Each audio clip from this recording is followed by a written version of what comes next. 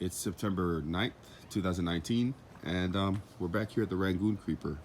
I decided to make a quick video on this while the plant had, I think, the most flowers that it's had since I've ever had it.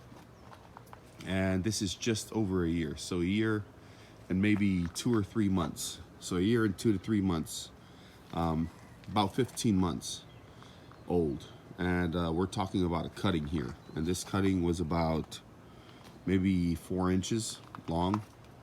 This is just one of the cuttings that I had grown, and this was without rooting hormones.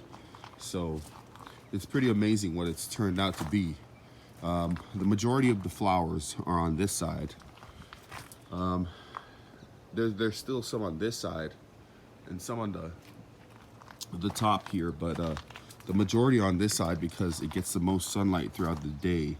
On this side, if you can tell, back there we have the sun just rising, and these trees here kind of block the sun out throughout the earliest part of the day until it gets pretty high, and then it kind of just hits this side of the plant throughout the day.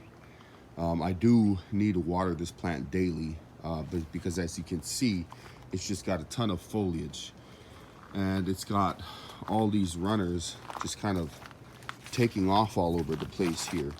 You can see them getting all tangled up right here. And these runners also have buds on them as well. So you can see the flower buds all over this plant. And, you know, I was planning on trimming some of it back, but because they've got flower buds, I've decided to just leave them. This one here doesn't necessarily have any flower buds on it, so I might trim that one back. But we've got these runners here as well, so it's just amazing what this plant has turned into within about the span of about a year.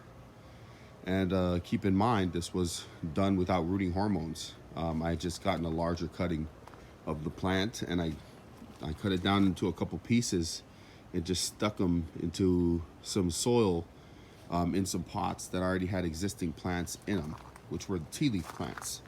And those are these plants here. But they took off, so I had to uproot them from those pots, and everything turned out perfectly fine.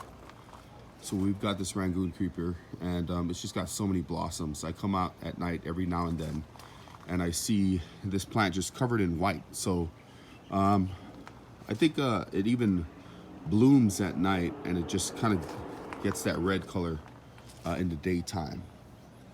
So these flowers are super fragrant, and I purposely put them upwind so that they can kind of bring that aroma into the house as the wind blows.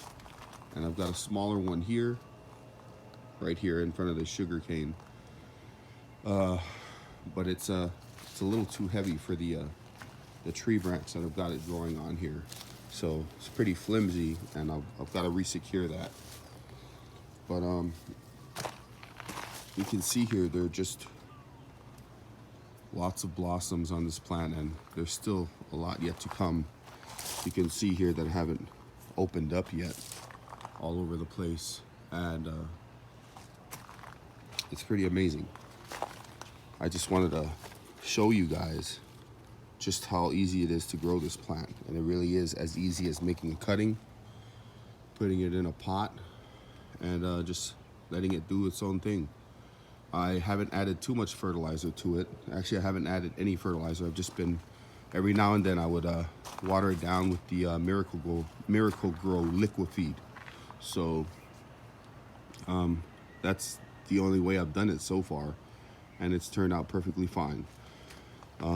I'll do that maybe every week, just based on how I see the plant. If I see the leaves, you know, kind of lightening up a little bit, I'll wait for the pot to completely dry up before I soak it thoroughly with that MIRACLE-GRO liquid feed. But that's it for this update. I just really wanted to show you guys the Rangoon Creeper at its greatest. And it's totally covered that tree branch that we've got in here. Totally covered it. You can see the vine is super healthy now. So we'll come back to him maybe within a couple of months, maybe within a couple of days, if it turns out to have more flowers than it even has now.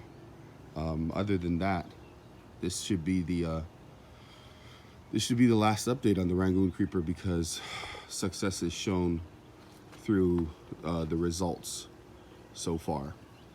So I guess I'll see you guys in the next update.